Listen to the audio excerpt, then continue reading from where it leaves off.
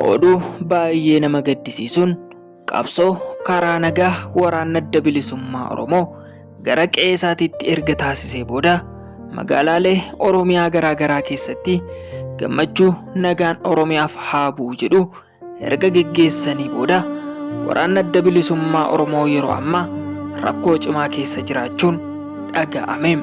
Ji'oota 5 arfan darbanii waraanni adda bilisummaa Oromoo karaa nagaa karaa qe'ee isaaniitti galanii hedduun isaanii immoo kaampii waraanaa mootummaa Itoophiyaa keessatti kan hafanis ni jiru jedhu.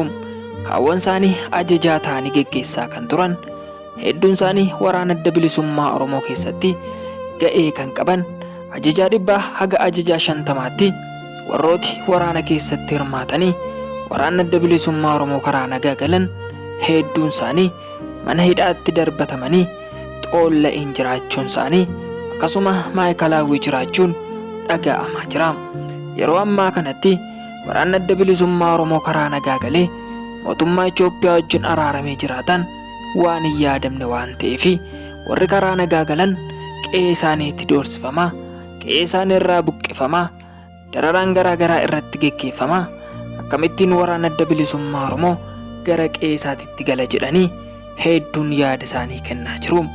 Kan asirratti argitan kuni naannoo Gujiitti waraanni adda bilisummaa Oromoo hidhannoo isaa guutuu hiikkatee gara mootummaatti harka kennatee erga galee booda adabbiin garaa garaa irratti geggeeffamaa tureera jedhu.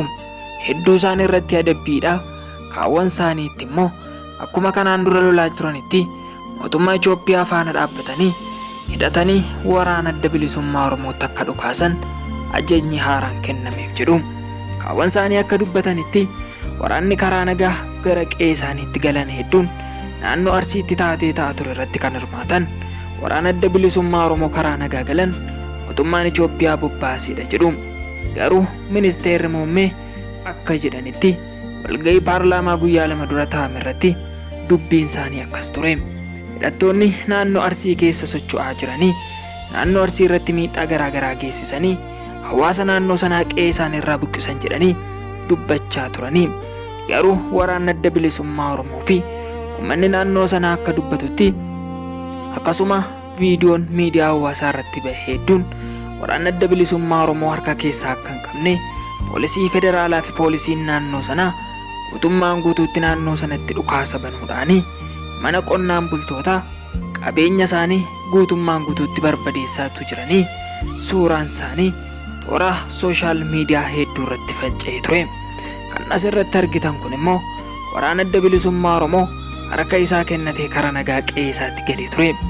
Amma garuu hedduun isaanii lubbuudhaan kan hin jirre, kaawwan isaanii immoo mana hidhaatti kan darbatamanii, kaawwan isaanii mootummaan qarshii siliif laannaa magaalaatti hojii jalqabdanii gurmooftanii mootummaa keessanii wajjin hojjechuu qabdu jechuun hedduu isaanii goyomsanii rakkina hedduu keessa akka jiran waan jedhamanis akka hin argatin jiran yeroo ammaa rakkoo cimaa akka keessa jirantu dubbatamaa jira.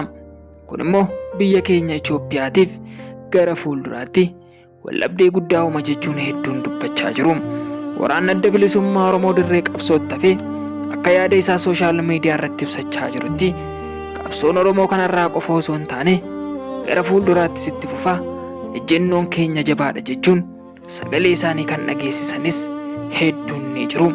Yeroo ammaa waraanni adda bilisummaa Oromoo zoonii garaa garaa irratti keessumaa zoonii lixaa Gujii, Salaaleef Arsii dabalatee waraana haaraa eebbisiisanii duula egeree Oromiyaaf qopheessaa jiraachuu isaanii waraanni alaa leenji'aa jiru kuni humna addaatiin leenji'aa akka jiru akkasuma barnoota cinatti fudhachaa akka jiru leenjii waraanaatti taansee naa'umsa akkasuma kabaja aadaa fi hawaasa isaanii keessatti akkamitti tajaajiluu akka qaban, akkamitti uummata isaanii bira dhaabbachuu akka qaban wantoota garaa garaa faana waraanaan leenji'anii eebbifamaa jiraachuun dhaga'ame.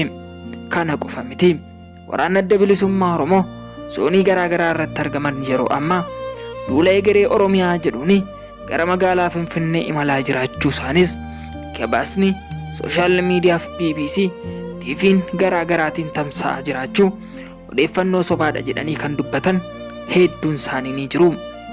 Waraanni adda bilisummaa Oromoo garuu bilisummaa keenya ni qooddannaa, Oromiyaa ni bilisoomsinaa, haga xumuraatti Oromiyaatiif ni dhaabbanna dhaadannoo jedhuuni gara fuulduraatti adeemaa jiraachuu, leenjii isaanis godinaalee Oromiyaa garaa garaatti laachaa jiraachuu, waraana jajjaboo sammuudhaan qaramanii akkasuma bocni qaama isaanii kan hedduu nama hawwatu waraana biyya keenya irra darbanii akkuma ministeerri muummee jedhanii Afrikaa addunyaa ga'an waraana adda bilisummaa Oromoo leenjisaa jiraachuu dhaga'ame.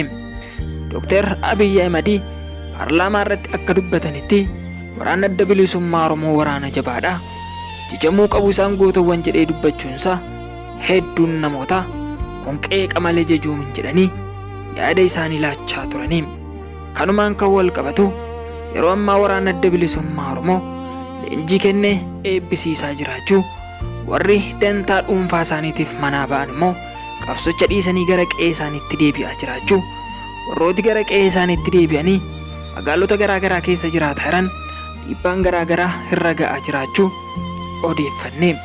Kanumaan kan wal qabatu waraanni adda bilisummaa Oromoo yeroo ammaa duula egeree Oromiyaa kan itti fufsiisu akkasuma qophiin araara jedhamee karaa mootummaatiin isaanitti ergamu kamuu fudhatama akka hin qabne, akkasuma mootummaan Itoophiyaa kana booda waraana adda bilisummaa Oromoo araarfannaa, isaanii wajjin hojjennaa, isaanii wajjin duullaa, isaan faana biyya keenya ijaarre kan jedhu taanaan waraanni adda bilisummaa Oromoo faara akka hin qabne, akkasuma waliigaltee mallatteessu tokkollee akka waliin hin qabne dubbatanii.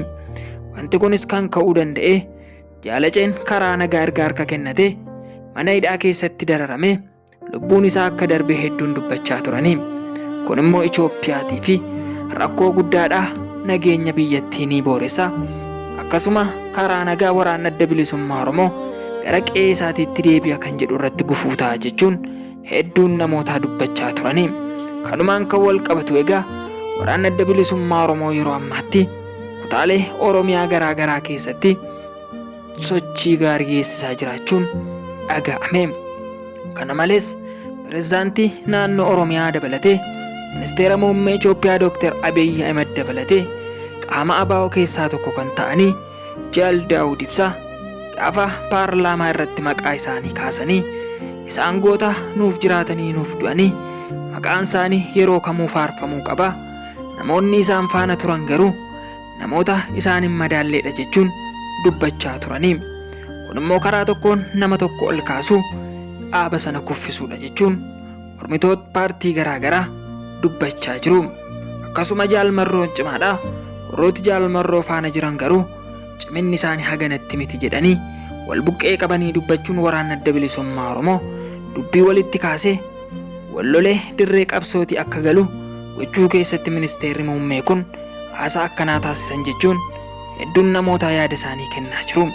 Garuu waraanni adda bilisummaa Oromoo leenjisaa jira, lolaa jira, Oromiyaatiif dhaabbachaa jira, gara fuulduraatis Oromiyaatiif dhaabbata wanti jedhu haqa waraana adda bilisummaa Oromooti.